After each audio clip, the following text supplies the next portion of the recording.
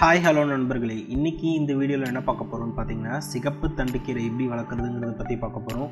மறக்காமல் வீடியோ ஃபுல்லாக பாருங்கள். அண்ட் வீடியோ ரொம்ப யூஸ்ஃபுல்லாக இருந்துச்சுன்னா மறக்காமல் லைக் பண்ணுங்கள். உங்களுக்கு சந்தேகம் ஏதாவது இருந்துச்சுன்னா கமெண்ட்டில் கேளுங்க.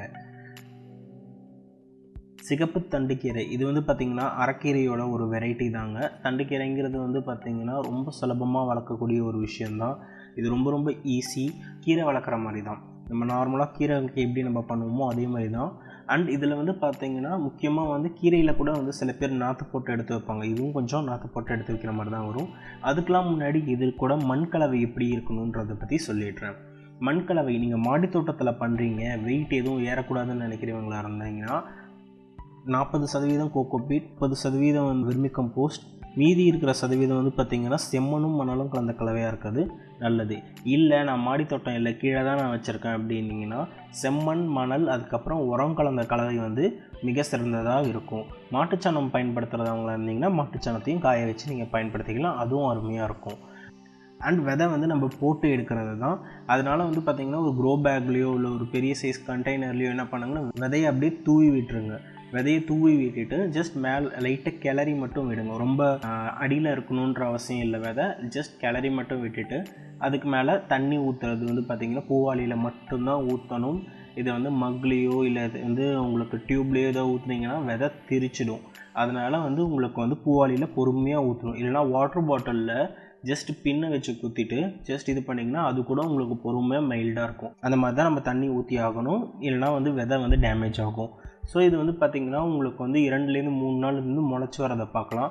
நீங்கள் ஒரு 15 நாளில் ஒரு இந்த ஹைட்டில் நீங்கள் பார்க்கலாம்.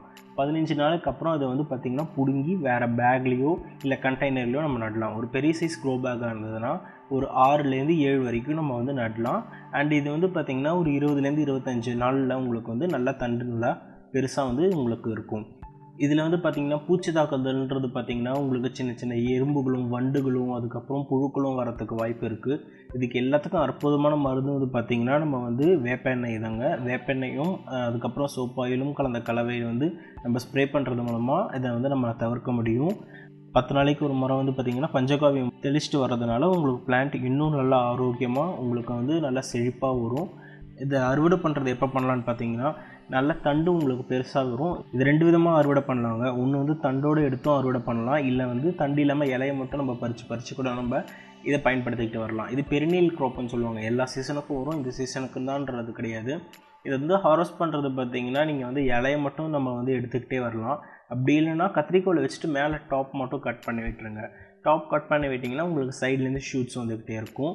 அண்ட் உள்ள உங்களுக்கு தண்டோட வேணும் ஃபுல்லாக வேணும்னா நீங்கள் வேரோட எடுத்து கூட நம்ம தண்டோட கூட நம்ம வந்து இதை சமைச்சிக்கலாம். அண்ட் இந்த வீடியோ உங்களுக்கு ரொம்ப யூஸ்ஃபுல்லாக இருக்கும்னு நினைக்கிறேன். ஏதாவது டவுட்ஸ் இருந்துச்சுன்னா கேளுங்க கமெண்ட் செக்ஷனில்.